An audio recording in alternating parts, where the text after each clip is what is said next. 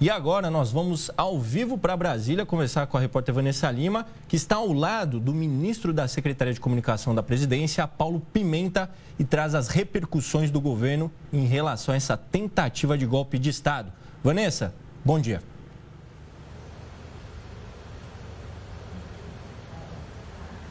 Oi, Pedro, bom dia para você, bom dia para toda a nossa audiência. Eu estou aqui no gabinete do ministro-chefe da Secretaria de Comunicação da Presidência da República, Paulo Pimenta, que gentilmente nos atende nesta manhã para justamente fazer essa repercussão, para a gente saber, enfim, qual é o posicionamento do governo, se o presidente Lula já comentou sobre esse assunto. Ministro, muito obrigada pela participação aqui com a gente. Bom dia, Vanessa. Bom dia, amigos e amigas que nos acompanham. Ministro, a gente soube que um agente da Polícia Federal que participou da segurança do presidente Lula antes da posse foi preso por envolvimento nesse plano para matar o presidente Lula, o vice Geraldo Alckmin e também o ministro Alexandre de Moraes. E a pergunta é, como ele foi escolhido, como ele foi parar nessa equipe?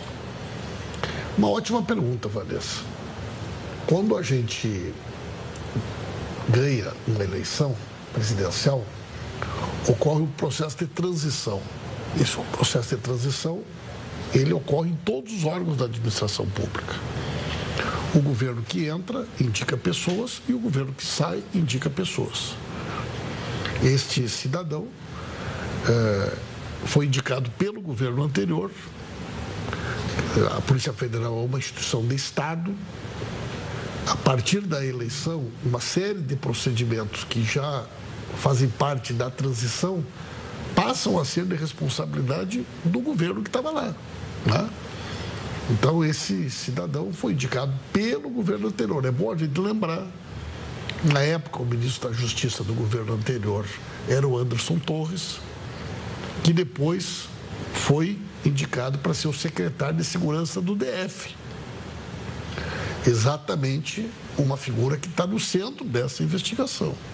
Então, até isso, com certeza, o inquérito vai nos dizer se essa indicação já foi feita com o objetivo de poder infiltrar do trabalho que estava sendo realizado pessoas que tinham compromisso com essa ação criminosa, com essa ação golpista.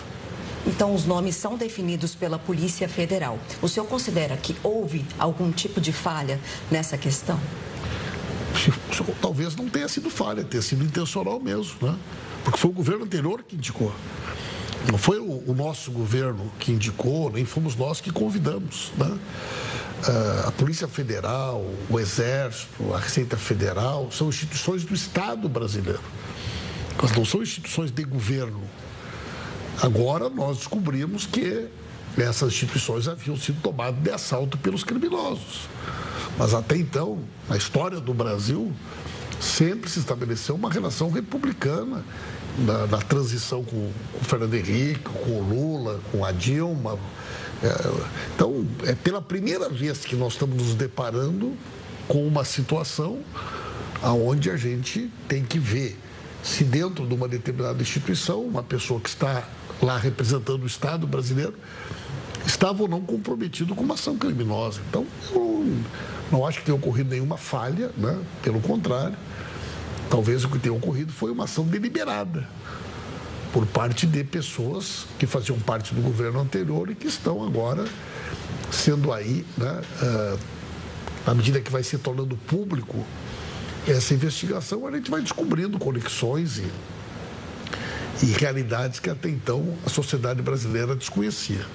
Muda alguma coisa agora na segurança do presidente Lula, do vice, dos ministros e também até mesmo de acesso aos prédios públicos? Não muda nada, porque nós estamos falando de alguma coisa que aconteceu antes da posse. Nós estamos falando de um trabalho realizado pela Polícia Federal durante o governo anterior.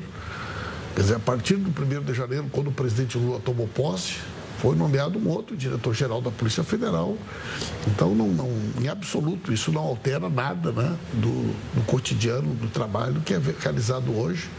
Repito, isso foi uma ação envolvendo pessoas que tentaram, de forma deliberada, promover um golpe Mas isso ocorreu no governo anterior, com pessoas que faziam parte do governo anterior. Já se sabe que o presidente ficou indignado com toda essa situação e surpreso ao saber do plano, mas ele ainda não se pronunciou publicamente sobre o assunto. Ele pretende falar?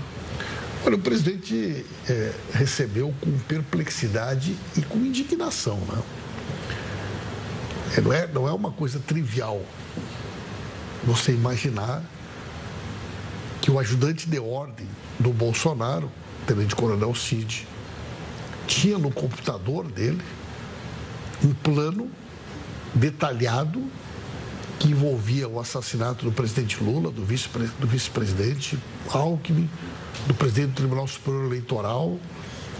Você imaginar que esse general que foi preso, ele era o secretário executivo da Secretaria-Geral de Governo, portanto, ele despachava aqui dentro do Palácio do Planalto, ele era o secretário executivo do general Ramos, pessoas muito próximas ao ex-presidente Jair Bolsonaro. O coronel Cid era a pessoa que tinha a senha do cartão pessoal do Bolsonaro e da dona Michele. Ele que fazia as contas da família. Ele viajou junto para os Estados Unidos. Nós estamos falando de pessoas do núcleo de poder da campanha do Bolsonaro. O Braga Neto era o vice do Bolsonaro. Foi chefe da Casa Civil. Tinha uma casa alugada aqui do Lago Sul que funcionou como QG da organização destes atos em frente aos quartéis. Então é evidente que qualquer pessoa, quando toma conhecimento dos detalhes sórdidos, né, desta ação criminosa, da audácia desses criminosos, qualquer pessoa vê isso com perplexidade. O presidente Lula estava no G20. No G20, o presidente Lula veio com a agenda com o presidente da China, tratando dos temas de interesse da nação. O Brasil precisa aumentar sua capacidade de exportação, gerar emprego, melhorar a vida de quem mais precisa. Essa é a agenda do presidente Lula. A agenda do presidente Lula é a agenda da política, a agenda da economia. O que nós estamos falando aqui é da agenda das páginas policiais. Né? Então não teria sentido nós, como chefes de Estado do mundo inteiro aqui, tirar o presidente Lula dessa agenda, com uma agenda positiva, para vir falar sobre um fato que quem tem que falar sobre ele é a polícia, é o Ministério Público, né? É o Poder Judiciário, e que vai falar. Eventualmente, a hora que o presidente estiver com a imprensa e que alguém fizer alguma pergunta sobre isso, com certeza ele não vai, né, ter nenhuma dificuldade de falar. Agora, fazer um pronunciamento, parar o que está fazendo, parar de tratar uma agenda importante e positiva para o país, para, sinceramente, né, ter que se envolver num assunto como esse, é algo que não teria sentido e nós achamos que, de fato, o presidente tem que ser preservado, né, numa situação tão lamentável como essa, tão vergonhosa, né, para o Brasil como essa. O governo vê ligação entre o episódio das bombas no Supremo Tribunal Federal com essa tentativa de golpe e assassinato Sem das dúvida autoridades? nenhuma, sem dúvida nenhuma. Esse camarada que preparou e fez a tentativa de invasão do Supremo Tribunal Federal, que tinha os artefatos, né, que tinha detonadores, que ele tinha alugado uma casa aqui em Brasília, ele tinha um trailer, ele tinha uma quantidade grande de explosivos. Veja que ele tentou entrar no Supremo Tribunal Federal. Ele circulou dentro do Congresso Nacional. Ele chegou a tirar uma foto, se não me engano, no plenário. No plenário do Supremo Tribunal Federal, num dia de visita. Ele estava nos acampamentos em frente aos quartéis. Ele participou ativamente das ações. Todas essas questões, elas são parte de uma mesma estratégia. Então, logo o Bolsonaro perde a eleição, de forma organizada, eles começam a fazer o quê? Primeiro, questionar o resultado da eleição. Levantar dúvidas sobre a credibilidade das urnas eletrônicas. Incentivaram as pessoas a acampar em frente aos quartéis. Naquele período, e a Polícia Federal vai mostrar isso no inquérito, eles começaram a postar e impulsionar conteúdo, fake news na internet, que o presidente Lula tinha morrido, que o presidente Lula poderia ser envenenado. Eles postaram isso. Isso aí está comprovado. já criando um clima, já criando um ambiente. E eles diziam, olha, se acontecer alguma coisa com o Lula, foi a própria esquerda. Quando, na realidade, eles já estavam programando e planejando os detalhes da ação criminosa. Posteriormente, houve a tentativa, né, de assassinato do Alexandre de Moraes. Depois vocês lembram do que aconteceu aqui em Brasília no dia 12 de dezembro, no dia da diplomação, quando eles colocaram fogo para os ônibus, teve tudo aquilo. Depois teve a tentativa de explosão de um caminhão-tanque próximo ao aeroporto, naquele período próximo ao Natal. Depois veio o 8 de janeiro. Essas pessoas foram financiadas. Tem os mandantes, tem os financiadores. E tudo isso, gente, a hora que o inquérito vier a público, as pessoas vão ficar surpresas com o grau de perversidade, com o nível de envolvimento destas pessoas numa ação criminosa contra a democracia, contra o Estado Democrático de Direito. O que me chama a atenção é que, ali pelos anos 60, nós tivemos vários golpes, né? Teve na Argentina, teve no Brasil. E esses militares da turma do Bolsonaro são militares daquela época. São militares que participaram daquele famoso episódio do Rio Centro, onde houve uma explosão de uma bomba.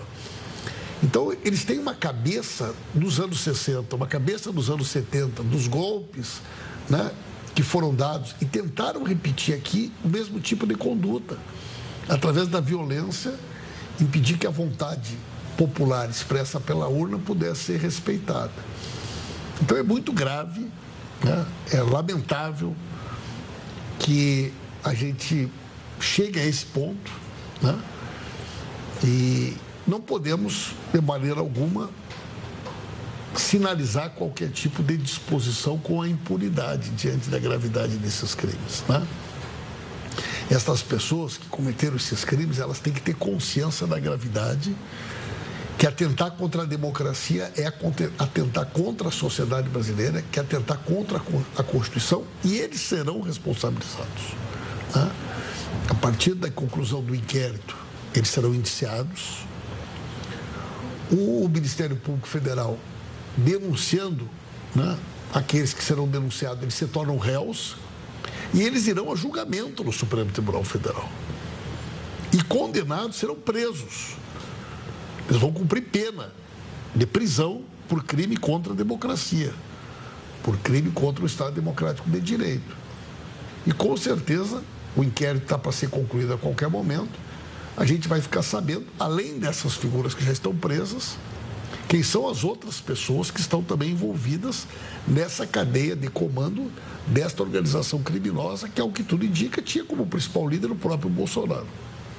Era até isso que eu ia perguntar para o senhor, porque há uma expectativa de que esse inquérito seja concluído ainda hoje pela Polícia Federal, seja entregue ao ministro do Supremo, Alexandre de Moraes. E já se cogita, já se fala em nomes, grandes nomes do antigo governo. Eu queria saber a avaliação do senhor em relação a isso. Em primeiro lugar, nós estamos falando de uma hierarquia militar, né? Nós estamos falando sobre uma organização que seguia um método de comando hierarquizado, como funcionam, né, as Forças Armadas.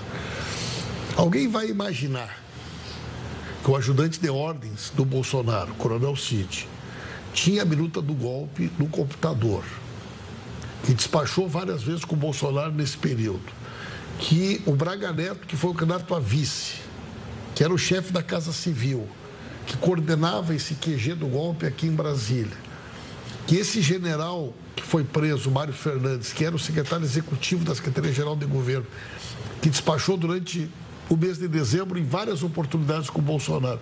Alguém de sã consciência acha que o Bolsonaro não sabia de tudo isso? Que todas as pessoas da volta dele, fazendo reuniões quase que cotidianas e falando com ele, ele recebeu a minuta, ele reuniu com os generais, ele discutiu o golpe. Então, teria que ser muito, digamos assim, ingênuo, né, para imaginar da forma centralizada como funciona a cabeça do Bolsonaro, da formação militar que o Bolsonaro tem, que todas essas pessoas abaixo dele teriam a audácia de executar um plano criminoso de tal magnitude, sofisticação, sem que ele tivesse concordância. Então, eu lamento profundamente, né, porque o Brasil fica chocado com tudo isso, mas especialmente o inquérito concluir, e possivelmente o inquérito vai concluir, que o Bolsonaro era o próprio chefe da organização criminosa. Em relação à questão da anistia, qual a opinião do senhor aí diante desses novos fatos que vieram a público agora? Em primeiro lugar, tu não pode anistiar quem não foi julgado, né? É um pedido de clemência para alguém que não foi julgado. Segundo lugar, falar em anistia hoje é acenar para a impunidade.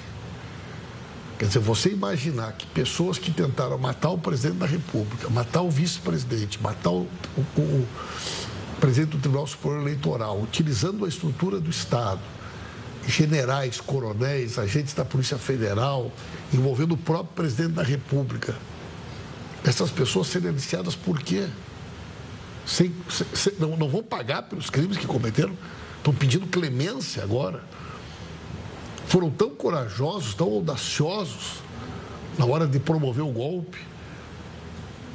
Eu acho que o Bolsonaro, sinceramente, ele deveria ter a coragem de assumir a responsabilidade. Porque isso sim poderia ser um gesto que de alguma forma fizesse com que pessoas que estão, do ponto de vista hierárquico, abaixo dele, dessa cadeia de comando, não assumissem esse grau de responsabilidade. O Bolsonaro deveria ter a coragem de dizer, olha, fui eu mesmo, eu perdi a eleição, eu não aceitei o resultado da eleição, eu ajudei a financiar, eu mobilizei as forças que eu tinha, eu tentei dar um golpe e não consegui porque as Forças Armadas não quiseram. Então, se alguém tiver que responder por isso, sou eu. O Bolsonaro deveria ter a hombridade, a coragem, a decência de fazer isso. Que, aliás, a história, ela tem muitos exemplos, né, de momentos importantes em que militares, até mesmo para proteger a sua tropa, assumiram a responsabilidade. O Bolsonaro, além de golpista, é covarde. Porque veja que ele está deixando com que as pessoas na volta dele sejam presas, sejam responsabilizadas, e ele, né, agindo como se ele não tivesse parte direta desse envolvimento.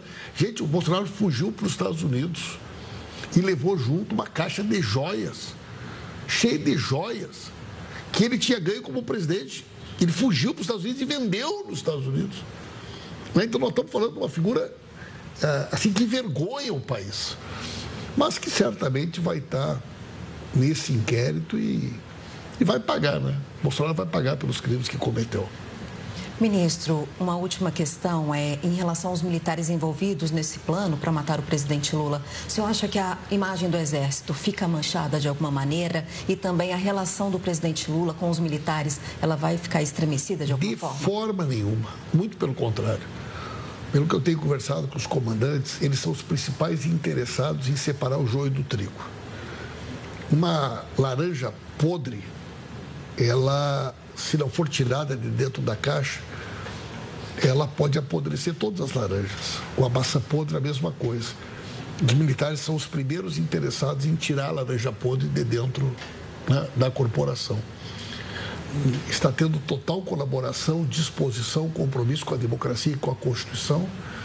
E, além de responderem pelos crimes que vão responder, esses camaradas vão também responder dentro das instituições que eles fazem parte. Eles vão ser responsabilizados também dentro dessas instituições, porque eles acabam envergonhando essas instituições, sujando o nome do Exército Brasileiro, sujando o nome das Forças Armadas. E eu tenho certeza que os militares, de forma alguma, querem ver a sua história, a sua trajetória vinculada a uma ação criminosa tão perversa, né, tão diabólica como essa que foi pensada e planejada pelo Bolsonaro e por essa gente que estava muito próxima dele, que não aceitou perder a eleição e que tentou dar um golpe no nosso país. Ministro, o senhor gostaria de falar mais alguma coisa que eu não perguntei? Não, acho que é isso, aguardar agora, né? Aguardar o trabalho da polícia, do Ministério Público, que eles possam ter um amplo direito de defesa, apresentem o contraditório e que sejam julgados. Aqueles que são inocentes, que sejam inocentados, e aqueles que, porventura, né, a justiça encontrar elementos e provas que realmente vinculem a sua responsabilidade com os crimes, sejam, né, condenados e paguem por esses crimes. Ministro-chefe da Secretaria de Comunicação da Presidência, muito obrigada, Paulo Pimenta, pela entrevista aqui na Record News, no Hora News. Eu que agradeço.